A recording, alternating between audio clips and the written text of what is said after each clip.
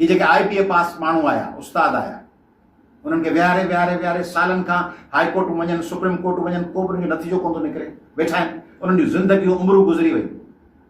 ये जेके music teachers हुआ, इहे तव्हां वटि मेड करे आया, असांखे नौकिरी ॾियो, पाण अनाउंस कयो।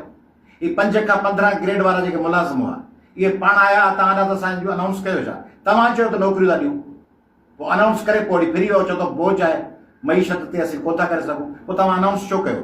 राति में छिरक भॼी को गिलास विलास हणी सुम्हंदा आहियो, जा वज़ीर ऐं हुकुमरान ऐं वज़ीर आला ऐं ॿिया सरकार जा वॾा माण्हू, पोइ ओचितो राति जो ईंदी अथनि पिंकी त हीअं था कयूं, सुबुह जो वरी लही वेंदो अथनि, जॾहिं असरु घटि थींदो अथनि, सुबुह चवंदा ईअं कीअं कंदासीं? ईअं पिया हलायो छा संद खे? हिकिड़े ॾींहुं हिकिड़ो ऐलान था कयो, ॿिए ॾींहुं ॿियो ऐलान था कयो।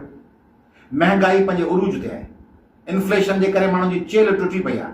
उन में वरी तव्हां उन्हनि जा अलाउंसिस, उन्हनि जा ग्रुप इंश्योरेंस, उन्हनि जूं पेंशनूं, उन्हनि जा डिस्पेरिटी अलाउंस सभु ख़तमु था कयो। ऐं जेके ॿिया मुलाज़िम इंटरव्यू ॾेई पब्लिक सर्विस कमीशन ऐं NTS ऐं IPA लाइ धिका खाई खाई खाई जिन जूं उमिरियूं गुज़री वियूं, उन्हनि खे चवंदा नौकिरियूं हाणे आहिनि ई कोन।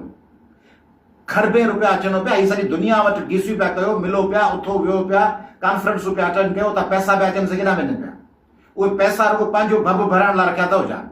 उन्हनि पैसनि मां मुलाज़िमनि खे छो कोन था ॾियो? ही जेके तव्हांजा वज़ीर पिया ऐलान कनि, कॾहिं हुनखे था पैसा ॾियूं, कॾहिं हिन जी इमदाद था कयूं, कॾहिं फलाणे रांदीगर जी था कयूं, कॾहिं फलाणे माण्हू जी मदद था कयूं, कॾहिं फलाणे माण्हू खे इनाम था ॾियूं। ॿाहिरि मुल्क घुमो पिया, वॾियुनि गाॾियुनि में चढ़ी हलो पिया, ॿाहिरिनि मुल्कनि में प्रॉपर्टी पिया वठो, बजटुनि जो 70-80 सैकड़ो खायो वञो, ऐं सरकारी मुलाज़िम लाइ तव्हां वटि पैसो ई कोन्हे। पेंशन मिसकीन ग़रीब माण्हूअ जे घर हलाइण लाइ पेंशन जा पैसा उहे घटि था कयो।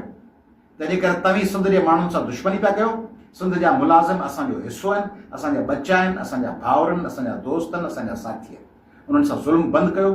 आऊं ऐं क़ौमी अवामी तरीक़े सिंध जा समूरा माण्हू उन्हनि जे जाइज़ मुतालबनि जे हक़ में थींदड़ एहतजाज में उन्हनि सां गॾु आहियूं।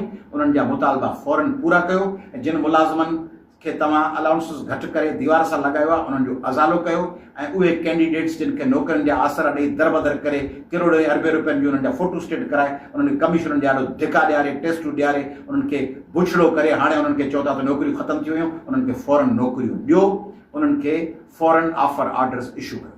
महिरबानी।